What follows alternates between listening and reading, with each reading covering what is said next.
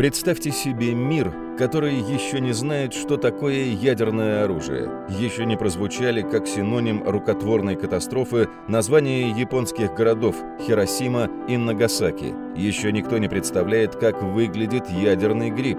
И что эта вспышка ярче тысячи солнц – синоним смерти.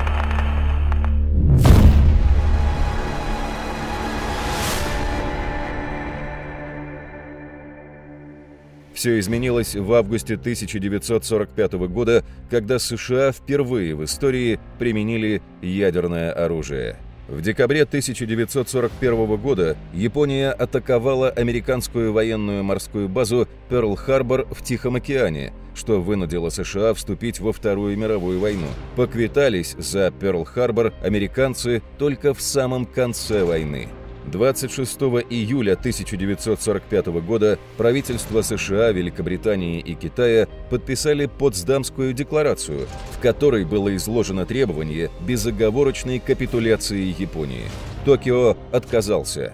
В Потсдаме американский президент Гарри Трумэн сообщил Сталину о создании оружия сверхъестественной мощности. На тот момент США уже были ядерной державой. 16 июля на полигоне в штате Нью-Мексико было произведено первое в мире испытание ядерного оружия. 3 августа 1945 Япония согласилась на капитуляцию, но с рядом условий, которые американцы отвергли.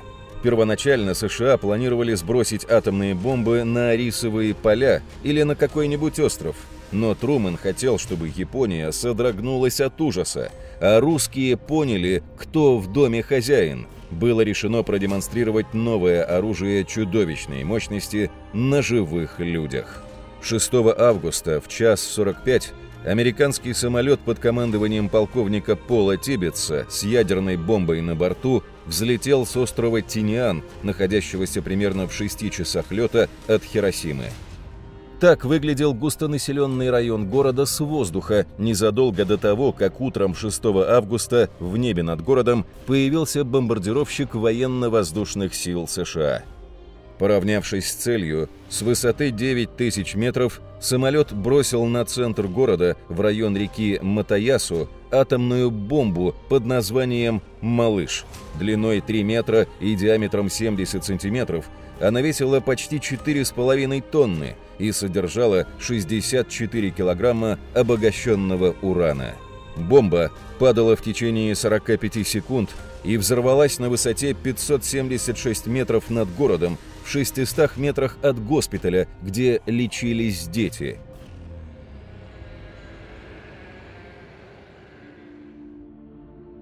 Множество остановившихся часов в момент взрыва точно зафиксировали этот момент – 8 часов 15 минут.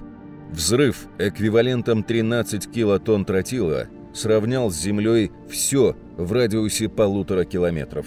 Испарил всю материю, включая живую плоть. Температура в эпицентре достигала 3000 градусов. Пролетавшие мимо птицы сгорали в воздухе. Расплавилось даже стекло.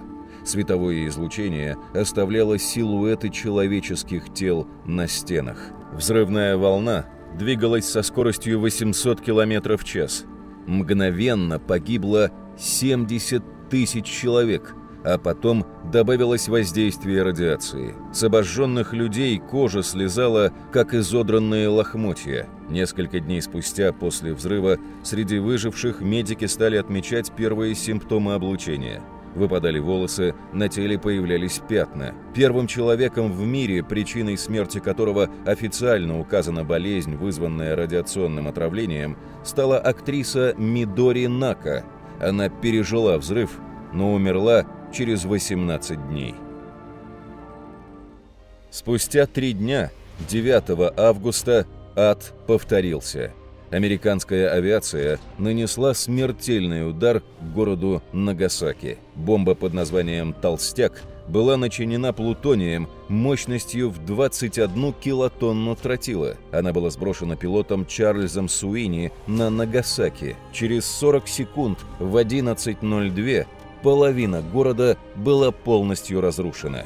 Атомный взрыв затронул район площадью примерно 110 квадратных километров, из которых 22 квадратных километра приходились на водную поверхность, и 84 квадратных километра были заселены только частично. Взрывы в Хиросиме и Нагасаки нанесли катастрофические разрушения и уничтожили, по приблизительным подсчетам, 200 тысяч человек.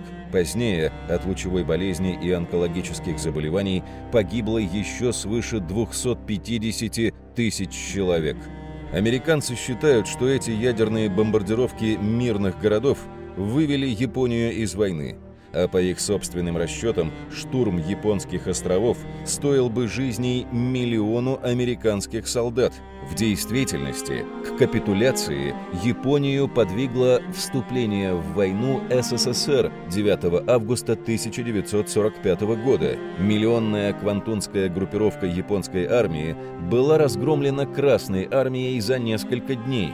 15 августа император Хирохито объявил о капитуляции. Политическое руководство Японии к тому моменту не имело ясного представления о последствиях применения ядерного оружия. История знает только эти два случая применения ядерного оружия. Но с того времени мир живет под угрозой войны, которая может уничтожить человечество. Те, кому удалось остаться в живых после ядерных взрывов в Японии, называют хибакуща. В переводе с японского «пострадавшие от ядерного облучения». В эту категорию входят не только сами выжившие, но и второе поколение – дети, родившиеся у пострадавших от взрывов женщин. Их анализы и сегодня используются при вычислении уровня заражения и безопасности в ядерной промышленности. Многие до сих пор страдают от заболеваний, вызванных радиационным облучением.